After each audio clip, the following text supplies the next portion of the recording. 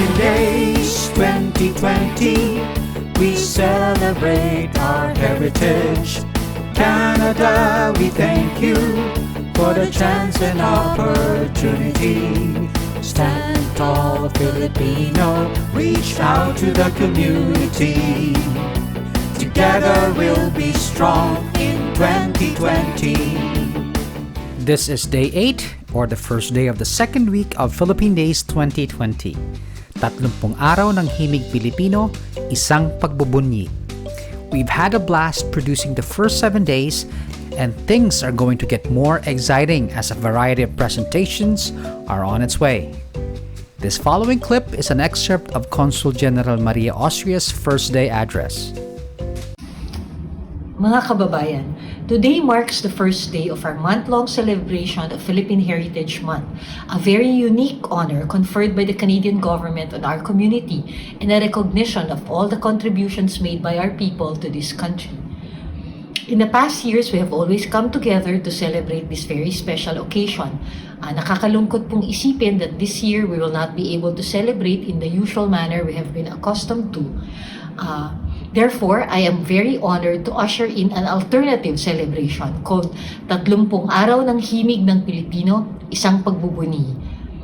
In this manner, we are able to mark as a community this very important occasion. We are able to showcase our culture and the talents of our people. Most importantly, we are able to celebrate our history both in the Philippines and Canada, and celebrate our unique contributions to this country.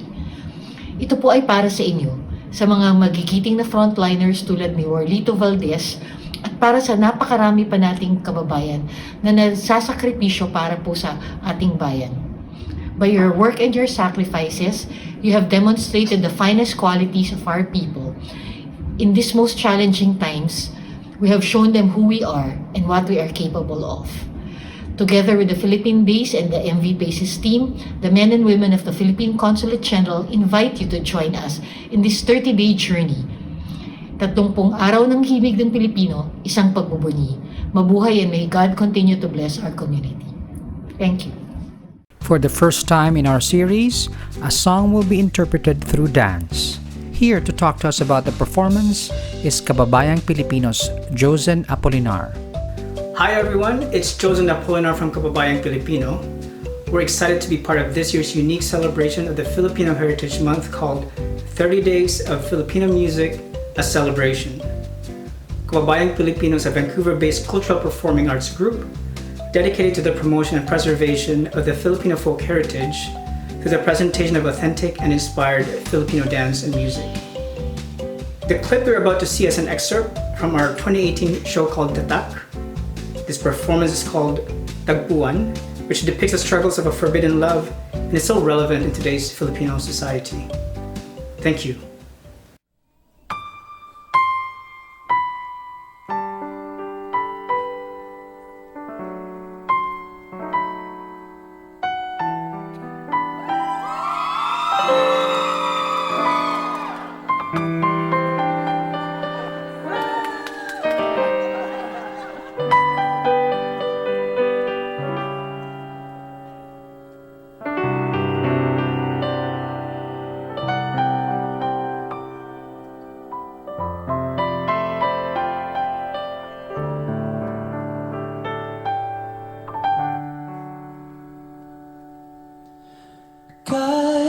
Kailangan ko'y ikaw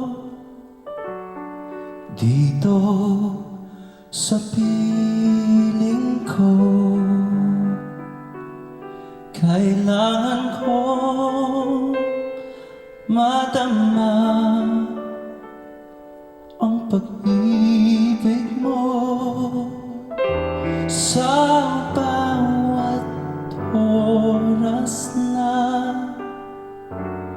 di ka nakikita. Para bang kay bigat nagnadarama o iniwasan ka. Bakit lumilipad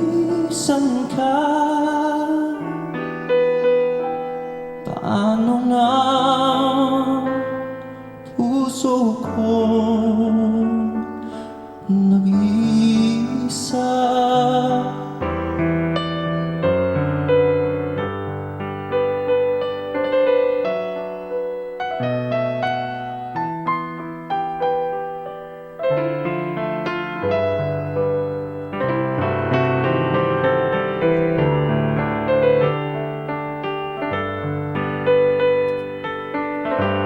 O giliw, nasan ka?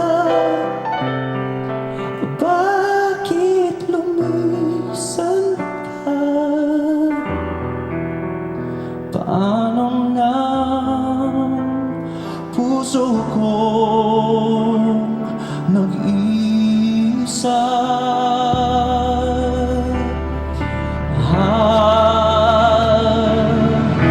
Kailangan ko ikaw sa bawat sandali.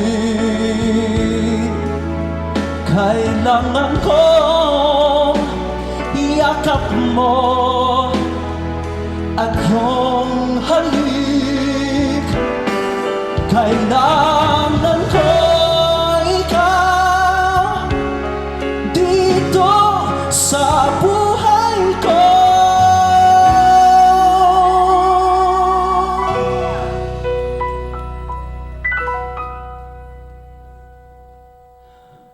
Paano nga puso kong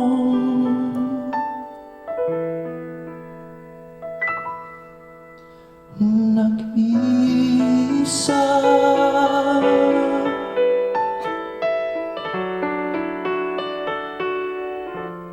Kailangan ko ikaw.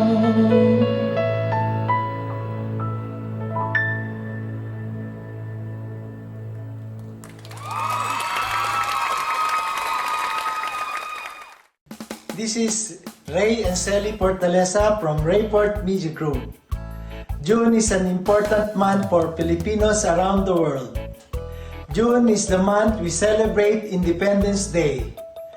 June is when Filipinos commemorate the declaration of our nation independence on June 12, 1898. Magandang araw po sa inyong lahat. Here in Canada, June is extra special because we're also celebrating the Filipino Heritage Month. Since Filipinos arrived here in Canada, our people have been making important contributions to our adopted country, like in sciences, business, and arts. Again, from our family to everyone, we want to wish you a joyous Independence Day and happy Filipino Heritage Month. Mabuhay po tayong lahat! This is Camiseta Bughao for today's challenge. Remember the Hep Hep Hooray game? Where the host calls Hep Hep, you put both of your hands down clapping. When you hear Hooray, you raise both of your hands. The exciting part of this game is that the instructions get faster and faster, and one mistake takes you out of the game. This is a similar challenge, so you better listen carefully. When I say Hep Hep, you type the question mark. When I say hooray, you type the exclamation point. When I say neither or incomplete, you type the plus sign. So if I say hep hep, hooray, hep hep, hooray, hooray, hep hep, hep, hooray, hep hep, hoo. The answer would be this one. Again, one more practice. If I say hep hep, hooray, hooray, hep, hep hep, hoo, hep hep, hoo, hooray. So the correct answer is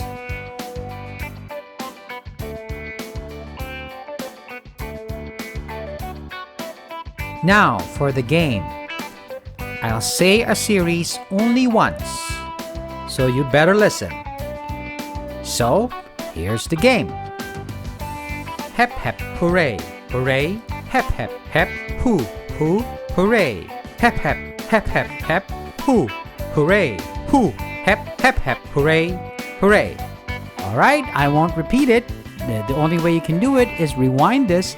But again, the first answer on both platforms, Facebook and YouTube, wins. So we're gonna have a total of 2 winners. There are 2 ways to answer this question. If you are watching from Facebook, like the post first and then put your answer on the comment section of this video. If you're watching in YouTube, subscribe to the channel first and then post your answer on the comments section of this video. The first correct answers on both Facebook and YouTube format win. Mabuhay! Ako po ang inyong lingkod, Ray Kalinisan ng MB Paces. You are now watching the Philippine Days 2020. For all our children and the youth in our communities, may the Filipino spirit strongly live in you, and our rich cultural heritage transcends in you now and for generations to come. The future belongs to you, and we wish you Godspeed on your journey. Mabuhay po kayo, kabayang Kanilya. God bless. Did you know that in the Philippines, there is a national folk dance company? This title is bestowed to Bayanihan Dance Company, a well-renowned dance troupe that has mounted 14 major tours, lasting 6 months to a year, to Asia, Australia, Africa, Europe, the Middle East, and the Americas, plus 100 short tours to foreign countries. Since its formation, Bayanihan Dance Troupe has performed in 6 continents, 66 countries, and 700 cities worldwide.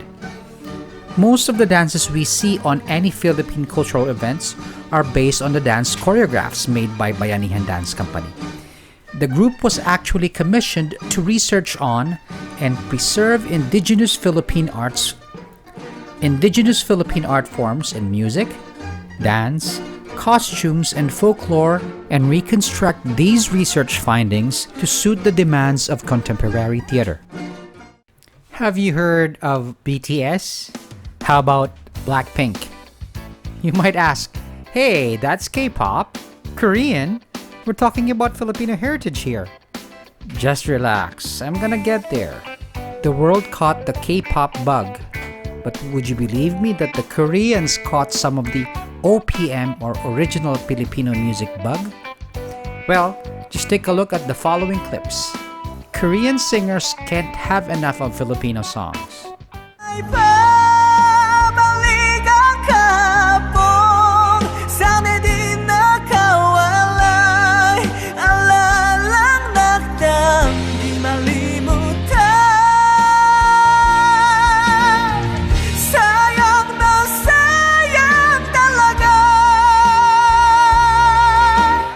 Bakit di pagbigyan muli ang ating pagmamahalan? Kung mawawala ay di ba't sayang naman?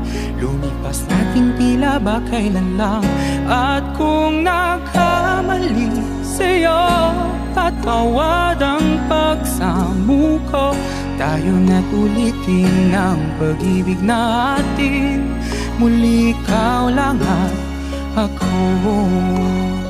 Akin ka na lang, akin ka na lang, ang dinadasan sa araw-araw. Akin ka na lang, akin ka na lang, ang maghihintay hanggang Watch the full videos by visiting the Philippine Days Facebook page and get all the links of the Koreans featured here. That's it for Day 8 of Philippine Days 2020. All previous episodes or days can be found at www.philippindays.com. philippinedays.com. There's more to look forward to as more exciting performances are in store for us. Tomorrow is a drawing interpretation of a well-loved Filipino classic. You can't miss that.